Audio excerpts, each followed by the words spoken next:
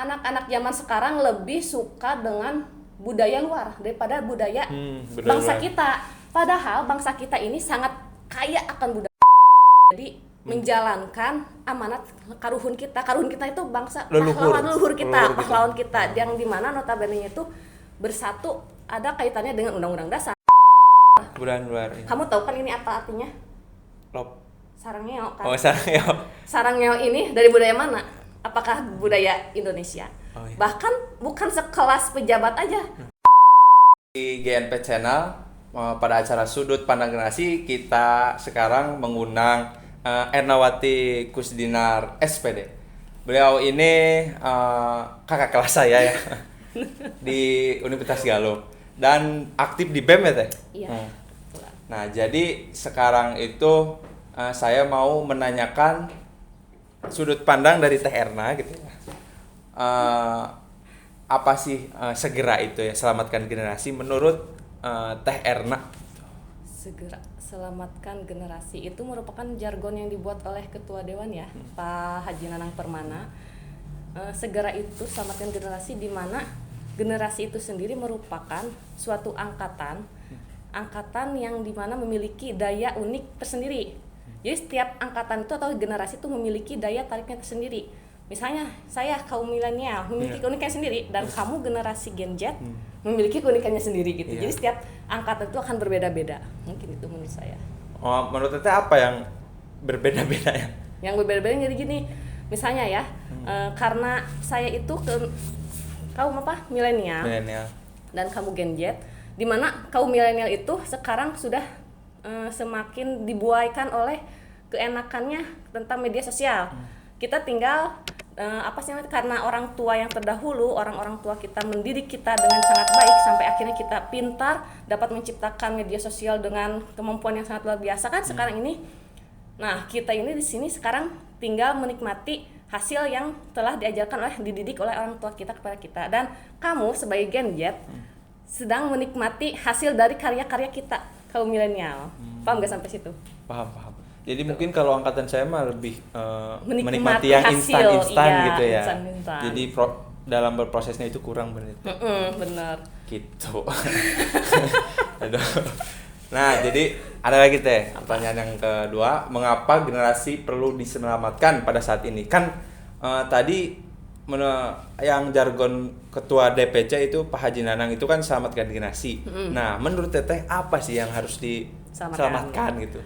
Nah, kalau untuk itu sangat harus diselamatkan, karena yang tadi aku bilang ke kamu kan, yang saya bilang ke kamu bahwa kaum milenial itu penerus dari kaum yang terdahulu, generasi X. Ya.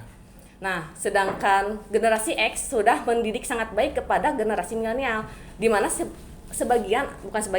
generasi milenial sangat bisa memberikan peranan yang sangat menghasilkan kebaikan lah untuk generasi berikutnya. Sedangkan yang generasi Gen Z dan ke bawahnya itu banyak yang menikmati hasilnya tanpa melalui proses, jadi instan. Di mana anak-anak setelah sekarang ini dimanjakan oleh era digital, banyak orang-orang atau anak-anak zaman sekarang lebih mengutamakan pribadinya sendiri daripada bersosialisasi dengan orang-orang. Jadi kalau ini mah lebih autis, individual gitu. Iya. Kalau autis mungkin terlalu ini ya kasar individualis ya. Jadi rasa sosialisasinya itu kurang iya, gitu. sangat kurang. Jadi kayak misalnya ya yang saya lihat di lapangan, mama-mama muda yang angkatannya milenial seperti angkatan saya, meskipun saya belum menjadi seorang ibu gitu ya, karena saya melihat melihat di lapangan, di lapangan gitu. Jadi ibu-ibu zaman sekarang itu karena mereka ingin menikmati hasil mereka ya dari kaum terdahulu, mengajarkan mereka sekarang digital sudah sangat baik.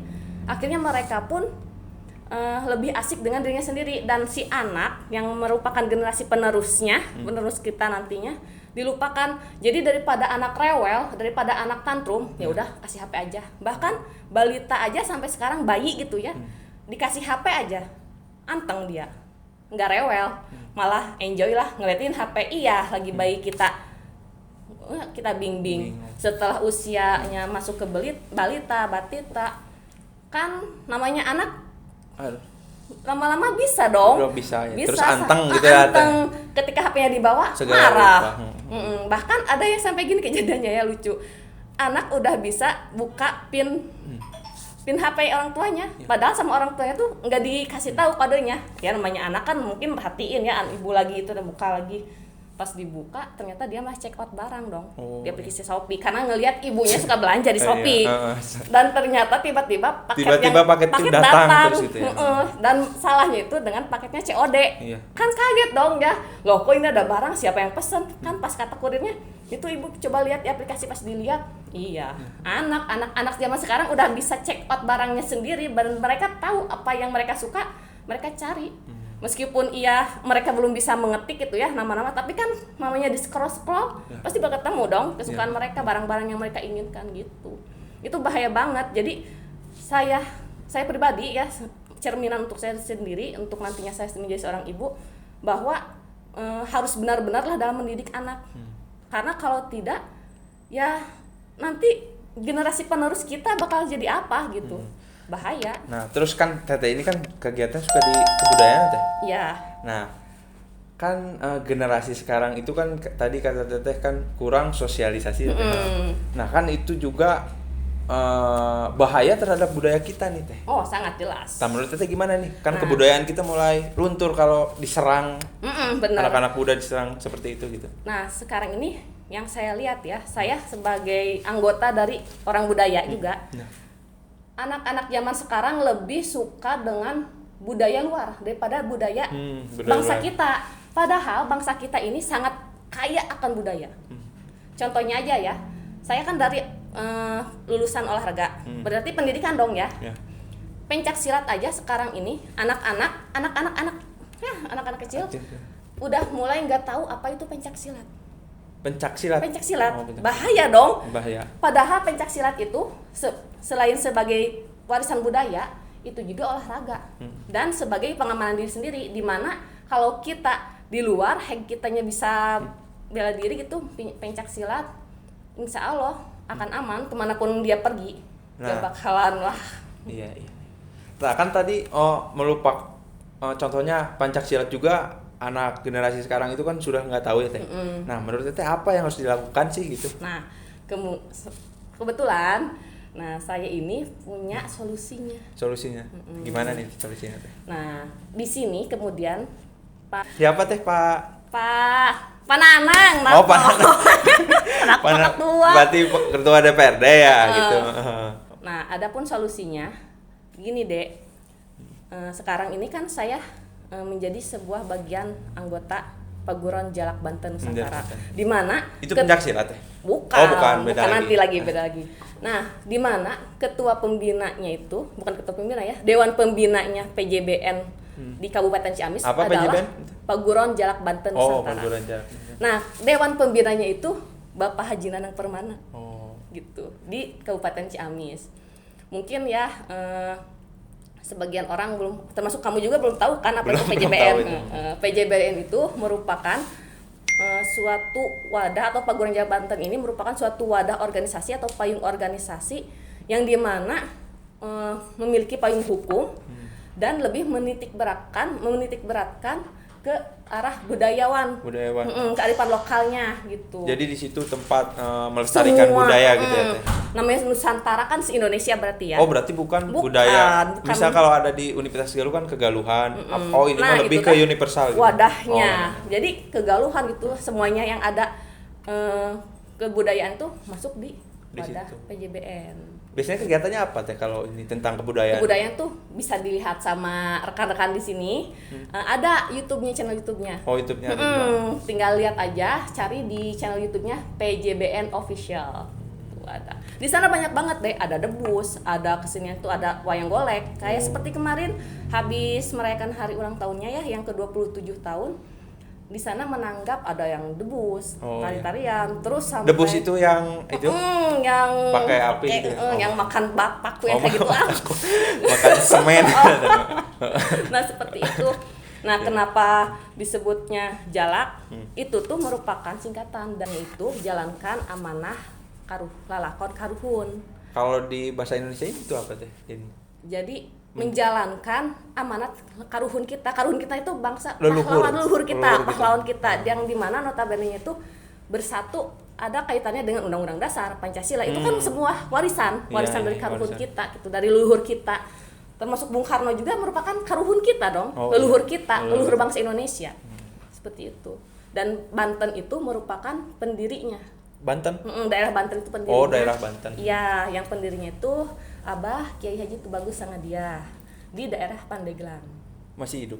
Ya, iya. Oh masih hidup sekarang? Oh pendirinya itu? Iya, pendirinya. Dari Banten gitu? Iya, Pandeglang, Banten. Nah, terus kan tadi tentang kebudayaan ya Teh. Nah, terus Riko juga pernah di lapangan nih, bahwasannya budaya kan orang Ciamis itu punya budaya yang kalau ini tuh Sunda apa ya, silih asih sih. Oh, silih asih, silih asuh. Nah, jadi udah kerasa gitu. Jadi era globalisasi ini tuh udah masuk ke daerah-daerah. Contohnya Riko senyum ke orang lain gitu kan. Nggak disenyumi lagi gitu loh. Kayak apa sih kamu senyum sok kenal banget sama kita. Gitu kan. Kan itu di daerah Ciamis loh. Iya. Apalagi kan di kota-kota besar yang notabene kan masih Sunda gitu. Di Ciamis aja udah gitu. Bahaya. Menurut Teteh gimana itu Teh? Kebudayaan itu udah ramah kan, orang Sunda itu ramah. Itu kan identik dengan Ciamis ya. Ciamis itu harusnya orangnya ramah tamah. Ya karena itu dia karena global, mereka anak-anak zaman sekarang ini lebih fokus ke dunia kebudayaan luar. Kebudayaan luar. Ya. Kamu tahu kan ini apa artinya? Lop. Sarangeo kan. Oh, sarangeo. Sarangeo ini dari budaya mana? Apakah budaya Indonesia? Oh, iya. Bahkan bukan sekelas pejabat aja, orang-orang kampung sekarang juga udah tahu apa artinya ini. Terus gini. Iya. Kan di kita aja nggak ada dong apa artinya gini. Iya. Kan itu udah terlalu jauh lah anak-anak zaman sekarang. Kalau dibilang minim dari kebudayaan, sangat-sangat minim. Bahkan kalau anak zaman sekarang ya, anak SD sekarang, saya tanya, kamu tahu nggak tari lilin dari mana? Mereka jawab nggak tahu dong. Kan tari lilin itu kan dari Sumatera. Dari Sumatera. Terus globe aja, kamu tahu nggak globe apa? Mereka jawab, globe itu apa teh? Kan ya Allah, ternyata yang harus dididik benar-benarnya itu orang tuanya dulu, aja angkatan generasi saya gitu. Sebelum mendidik anak-anak generasi yang akan datang itu kitanya dulu, yang dari milenialnya dulu yang harus berbenah dulu. Berarti dari ibu lah ya Teh, gitu. Dari ibu orang karena tua. Pendidikan anak itu pasti berasal itu dari seorang ibu. Terus karena, dari keluarga juga.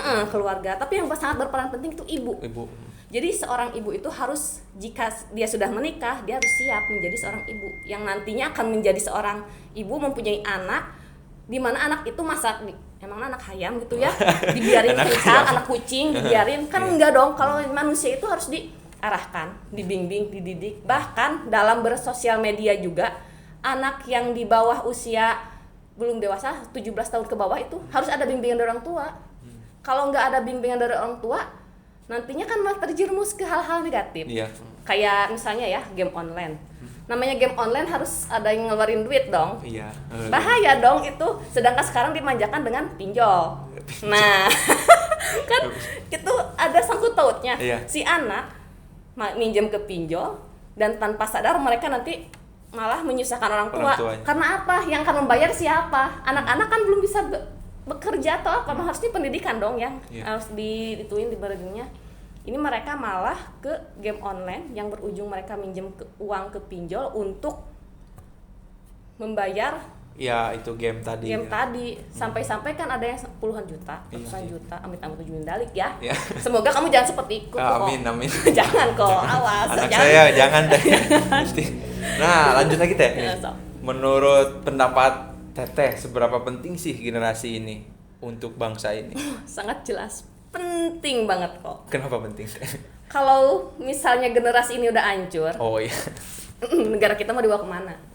Negara kita mau dibawa kemana kok? Kalau kamu lebih banyaknya ke hal negatif, kamu mau gimana meneruskan Ciamis ini? Sedangkan kamu Gen Z yang harus meng-speak up Ciamis itu seperti apa? Bangsa ini harus dibawa kemana nantinya? Maju mundurnya satu negara itu tergantung generasi yang sekarang sedang dijalani. Kalau generasi sekarang ini berkualitas, ya kedepannya pasti berkualitas. Iya gitu. Jadi harus dibenahinnya dulu generasi yang sekarang sedang berjalan. Termasuk juga kamu kan, meskipun kamu Gen Z, tapi kamu juga sedang berjalan kan. Usia udah 20 lebih kan. Gitu. Tetap punya pesan-pesan nggak ke anak muda nih? Pesan-pesannya, ya untuk adik-adik, mungkin adik-adik ya, karena usia saya juga udah rekan-rekan atau adik-adik gitu. Buat anak muda generasi zaman sekarang, khususnya jika kalian ingin berhasil, maka kalian harus mencari solusinya itu gunakan media sosial atau akun media sosial kalian punya. Jangan sampai kalian menggunakan ke hal yang negatif. Saya takutnya itu kalau misalnya dari dunia luar suka ada kan drama yang memperlihatkan bullying, yang akhirnya anak-anak sekarang malah sering membuli anak-anaknya teman-temannya yang di sekolah yang notabene itu pendiam. Otomatis itu kan bahaya ya, sampai ada yang budir. Kita nggak mau dong itu terjadi lagi ke